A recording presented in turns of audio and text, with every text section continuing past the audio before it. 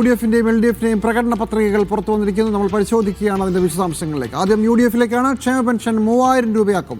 സ്ത്രീകൾക്ക് KSRTC-യിൽ യാത്രാ സൗജന്യമായിരിക്കും. 5 ഇന്ദിരാ ഗ്യാരണ്ടിയും ഇന്ന് UDF-ന്റെ പ്രകടന പത്രികയിൽ ഉൾപ്പെട്ടിരിക്കുന്നു.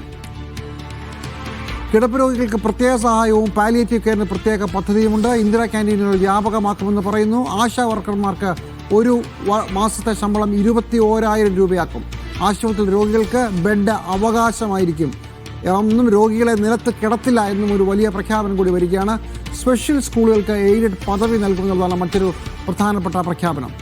BPL രോഗികൾക്ക് സൗജന്യ ഡയാലിസിസ്. ദാരിദ്ര്യരേഖയ്ക്ക് താഴെയുള്ള എല്ലാ രോഗികൾക്കും ഡയാലിസിസ് പേഷ്യൻസിനും സൗജന്യമായിരിക്കും ഡയാലിസിസ് എന്നുള്ളതാണ് പ്രധാനപ്പെട്ട കാര്യം. കിടക്കകൾ അവകാശമായിരിക്കും എന്ന ഒരു കാര്യം കൂടി പറയുന്നു. ഇനി മുതൽ രോഗിയുടെ അവകാശമാണ് കിടക്കയിൽ കിടക്കാനുള്ള, അങ്ങനെ ചികിത്സ തേടാനുള്ള അവകാശം. രോഗികളെ നിലത്ത് കിടത്താൻ ആവില്ല. 5 വർഷം കൊണ്ട് 5 ലക്ഷം വീടുകൾ പുതുതായി വരും. കേരളത്തിൽ സ്പോർട്സ് യൂണിവേഴ്സിറ്റി സ്ഥാപിക്കും തുടങ്ങിയവയാണ് പ്രകടന പത്രികയിൽ പറയുന്നത്. തെലങ്കാന മുഖ്യമന്ത്രി രേവന്ത് റെഡ്ഡിയാണ് പ്രകടന പത്രിക ഇന്ന് പ്രതിപക്ഷ നേതാവിനൊപ്പം പുറത്തിറക്കിയത്. സിബി ജോസഫ് ചേരുകയാണ്. ലോകത്തെ എല്ലായിടത്തും ജോലിയുടെ സ്വഭാവം മാറിക്കൊണ്ടിരിക്കുക, തൊഴിലിന്റെ സ്വഭാവം മാറിക്കൊണ്ടിരിക്കുക വളരെ വേഗത്തിൽ.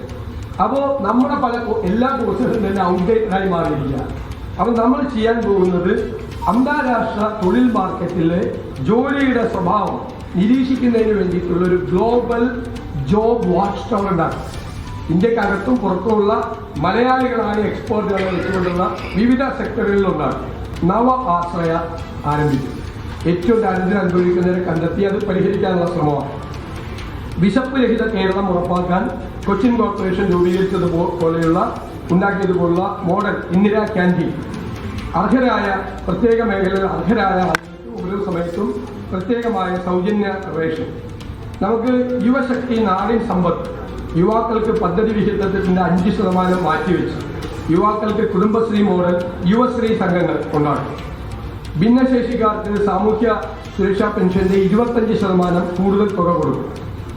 നമുക്ക് അർഹമായ സ്പെഷ്യൽ സ്കൂളുകളുണ്ട് കേരളത്തിൽ. അവർക്ക് എയ്ഡഡ് പദവി കൊടുക്കും.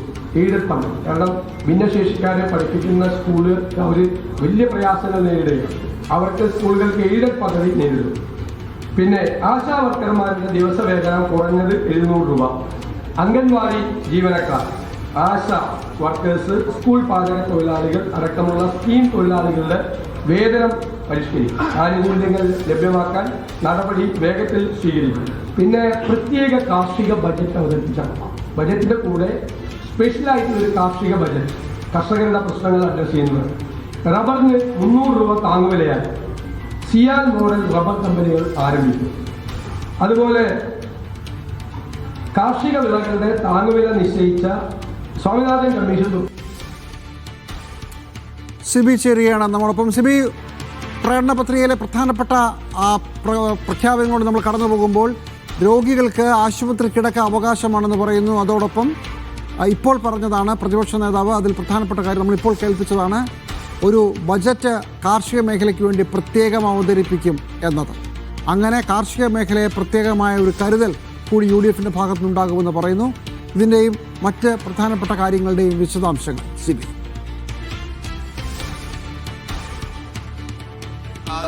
എല്ലാ മേഖലയും തലോടിക്കൊണ്ട് തന്നെയാണ് ഈ ഒരു UDF-ന്റെ പ്രകടന പത്രിക എന്ന് പറയാം. 39 വാഗ്ദാനങ്ങൾ, 5 സ്വപ്ന പദ്ധതികൾ, 5 ഇന്ദിരാ ഗ്യാരണ്ടികൾ, 4 നയങ്ങൾ, ഇങ്ങനെ ഏകദേശം 89 പേജുള്ള ഒരു പ്രകടന പത്രികയാണ് UDF ഇന്ന് പുറത്തിറക്കിയത്. ഇതിൽ ഏറ്റവും പ്രധാനമായും ഉയർത്തിക്കാട്ടുന്നത് ക്ഷേമ പെൻഷൻ തന്നെയാണ്. ക്ഷേമ പെൻഷൻ 3000 രൂപയാക്കി ഉയർത്തുമെന്നുള്ളത് ഇന്ദിരാ ഗ്യാരണ്ടിയുടെ ഭാഗം തന്നെയാണ്. അതോടൊപ്പം തന്നെ മറ്റു പ്രധാനപ്പെട്ട ചില നയങ്ങൾ, മദ്യനയവുമായി ബന്ധപ്പെട്ടുകൊണ്ട് ലഹരിമുക്ത കേരളത്തിനായി സ്റ്റാറ്റ്യൂട്ടറി അധികാരമുള്ള പ്രത്യേക അതോറിറ്റി രൂപീകരിക്കുമെന്ന് ഈ UDF-ന്റെ പ്രകടന പത്രികയിൽ പറയുന്നത്. അതുകൂടാതെ വയനാട്ടിലെ ആളുകൾക്കായിട്ടായാലും വയനാട്ടിലെ ട്രൈബൽ യൂണിവേഴ്സിറ്റി രൂപീകരിക്കും. ഉന്നത വിദ്യാഭ്യാസ മേഖലയ്ക്ക് മറ്റൊന്ന് ജോബ് വാച്ച് ടവർ എന്നൊരു പദ്ധതി കൂടി ഇപ്പോൾ UDF പ്രകടന പത്രികയിലൂടെ വാഗ്ദാനം ചെയ്യുകയാണ്. ഈ ക്ഷേമ പെൻഷൻ എന്ന് പറയുമ്പോൾ അത് ക്ഷേമ പെൻഷൻ ശമ്പള കമ്മീഷൻ മാതൃകയിൽ ക്ഷേമ പെൻഷൻ നടപ്പാക്കും. അത് 3000 രൂപയ്ക്ക് ഉയർത്തും.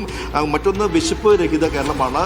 കൊച്ചിയിലെ ഇന്ദിരാ ക്യാൻറ്റീൻ അതിന് വളരെ വലിയ രീതിയിൽ സ്വാഗതം, അല്ലെങ്കിൽ വലിയ രീതിയിലാണ് അത് കുറച്ച് നാളുകൾ കൊണ്ട് തന്നെ ഇമ്പാക്റ്റ് ഉണ്ടായത്. അതുകൊണ്ട് തന്നെ ഈ ഒരു ഇന്ദിരാ ക്യാൻറ്റീൻ സംസ്ഥാനത്ത് എല്ലായിടത്തേക്കും വ്യാപിപ്പിക്കുമെന്നുള്ളൊരു UDP പ്രധാനപ്പെട്ട വാഗ്ദാനമാണ്. അതുകൂടാതെ അർഹരായവർക്ക് പ്രയോറിറ്റി റേഷൻ കാർഡ് കഴിഞ്ഞ UDP സർക്കാരിൻ്റെ കാലത്ത്, ഉമ്മൻചാണ്ടി സർക്കാരിൻ്റെ കാലത്ത് നേരത്തെ ഉണ്ടായിരുന്ന സൗജന്യ റേഷൻ കാർഡ്, സൗജന്യ റേഷൻ പുനഃസ്ഥാപിക്കും. കൂടാതെ തൊഴിലുറപ്പ് പദ്ധതിയുമായി ബന്ധപ്പെട്ടുണ്ട് പദ്ധതിയുടെ വേതനവും ദിനവും വർദ്ധിപ്പിക്കുമെന്നുള്ളതാണ് മറ്റൊരു പ്രധാനപ്പെട്ട വാഗ്ദാനം. അതുകൂടാതെ യുവശക്തി നാടിൻ സമ്പത്ത്, അതായത് യുവാക്കൾക്ക് കുടുംബശ്രീ മോഡൽ യുവശ്രീ എന്ന ഒരു സംഘം ആരംഭിക്കുമെന്നുള്ളതാണ് UDPന്റെ മറ്റൊരു പ്രകടന പത്രികയിലെ പ്രധാനപ്പെട്ട കാര്യം. ഭിന്നശേഷിക്കാർക്ക് സാമൂഹ്യ സുരക്ഷാ പെൻഷന് 25% കൂടുതൽ